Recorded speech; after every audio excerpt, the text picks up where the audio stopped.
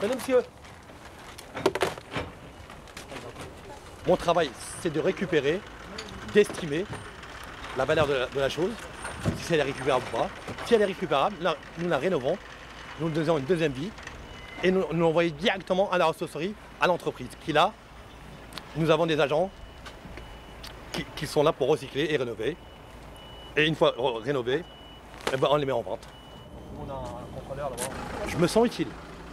Je me sens utile avec la communication et l'apprentissage.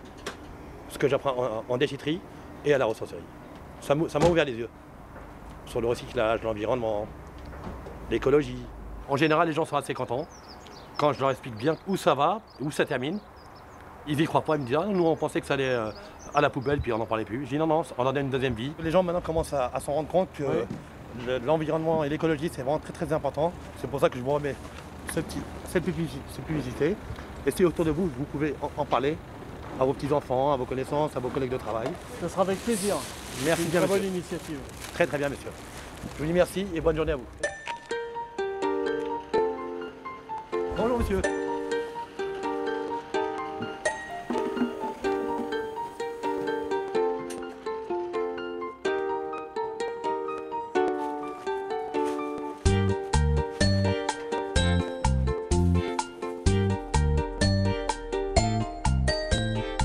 Ce projet est né d'une volonté de travailleurs sociaux qui font partie d'une association de prévention spécialisée qui s'appelle le Grazard 93. J'étais éducatrice de rue à cette époque, donc ça c'était en 2008.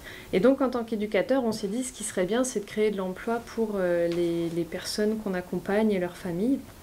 Et puis, la ville de Blanc-Ménil nous a proposé de nous rassembler autour d'un projet de création de ressourcerie qui était déjà prévu comme une structure d'insertion à l'époque. On s'est réunis pendant un an avec la régie de quartier de la ville, avec les autres acteurs locaux du développement durable, le département autour de l'environnement, et voilà. Le CITOM 93 aussi, qui est le partenaire qui gère le traitement des déchets sur le département. Désignation, une chaise. Une chaise à valoriser et elle pèse 3,5 kg. En gros, les activités de la ressourcerie tournent autour de 4 axes principaux que sont la collecte, la valorisation, la vente, un aspect quand même important, et le quatrième aspect, c'est plus la sensibilisation. Et donc tout notre travail de mobilisation de la population sur les questions autour de l'environnement. Ici, il y a des gens qui ont touché à la collecte, qui ont touché à la valorisation parce qu'ils ont un savoir-faire, qui sont bons dans la vente et qui sont sensibles au projet de la ressourcerie. Donc je trouve ça assez complet. Vas-y, recharge en peinture. Le relooking pour nous consiste à mettre en valeur des produits qui vont être remis en vente et qui vont être valorisés pour les vendre un petit peu plus cher. Nous, notre objectif, c'est de tout ce qui rentre, de le faire ressortir chez un particulier.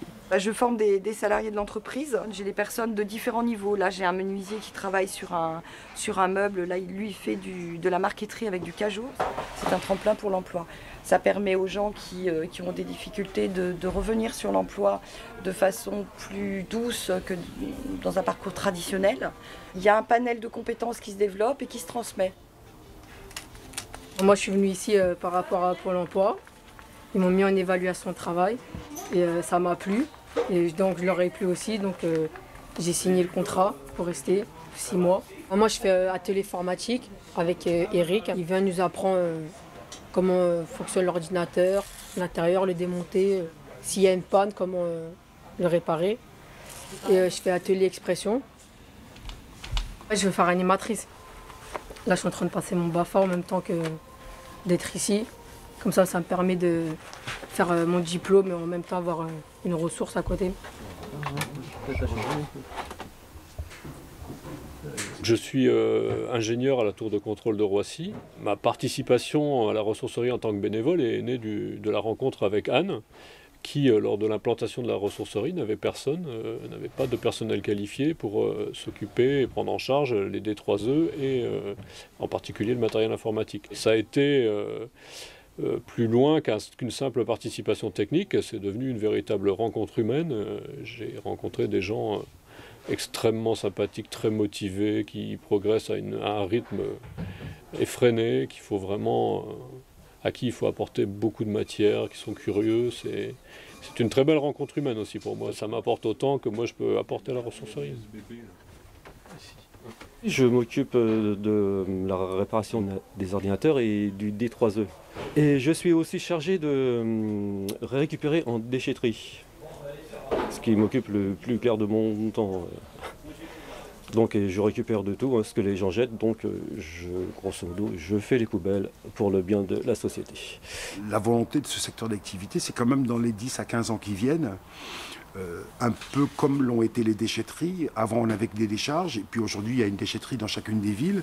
L'idée, c'est que dans une quinzaine d'années, il y ait une ressourcerie à portée de tout le monde, quoi. Et qu'a priori, l'administré lambda descende de chez lui en disant ça, c'est à jeter, je vais à la déchetterie pour ramener au recyclage, à la matière. Et ça peut encore servir, je l'emmène à la ressourcerie. C'est quand même faire jouer une espèce de solidarité entre les gens, combattre cette idée quand même d'une consommation à outrance. Et puis c'est certainement réduire le volume des déchets de manière générale, quoi. Entre ce qui est incinéré et enfoui, il y en a tellement que... Vous voyez, quand on voit tout ce qu'elle a, et dire que tout ça, ça allait à la poubelle. Voilà, on va avoir un entretien cet après-midi. Hein. C'est celui qu'on fait autour du livret de compétences. Quoi. Donc on en est au 6 ou 7e. Quoi. Voilà. Bah, écoutez, chose en particulier, non? Il n'y a pas de livraison aujourd'hui? Non, il n'y a pas de livraison aujourd'hui. Donc le ménage pour pratiquement tout le monde aujourd'hui. On fait un peu de tout aussi. Hein. On fait de la livraison, on fait du magasinage. Ce matin, j'étais sur les jouets en bas. On apprend des choses, on découvre des choses. Voilà, quoi. On travaille en groupe, on travaille en équipe. Donc c'est bien, c'est que des atouts pour la suite, quoi. J'ai un projet personnel dans un domaine de l'électricité. Moi, ça m'a apporté déjà une stabilité de vie. Pendant qu'on est là, on est ici, on peut plancher en même temps sur ce qu'on peut faire dans l'avenir et en même temps on rend service à la commune, à l'environnement. Ici, c'est bien parce qu'on a une équipe super sympa. Même les entourages comme Anne-Pierre, Nathalie, Charlotte et notre chef d'équipe Jo, il sait à nous écouter quand on a un gros problème. Ici, je me sens bien. Mon contrat est fini en mois d'août, le 16 août. Mais depuis que je suis là, tout va bien. Ma santé est bonne, voilà. Quand je suis venue, j'étais plus timide en fait. Je n'arrivais pas à m'ouvrir vers les gens, à aller vers les gens. Et là, ça m'a permis de m'ouvrir. Je suis plus...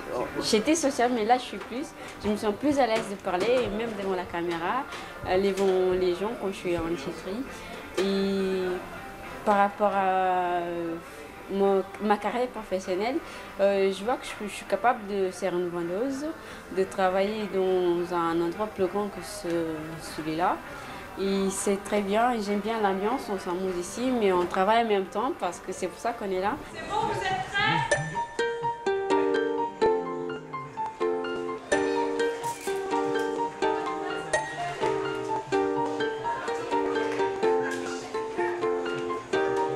Ça fait déjà 2 fois que je viens. J'ai retrouvé des objets justement que j'avais, étant beaucoup plus jeune.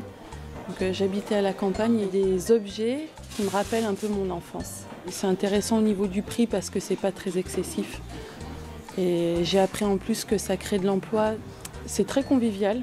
Ce sont des gens qui sont vraiment à l'écoute de ce qu'on recherche. Ils respectent aussi notre esprit un peu curieux. Moi, je farfouille un peu partout. C'est une ambiance familiale en fait. Et par rapport justement à l'ambiance qu'on a dans la grande distribution où c'est assez froid, je trouve que c'est plus humain en fait.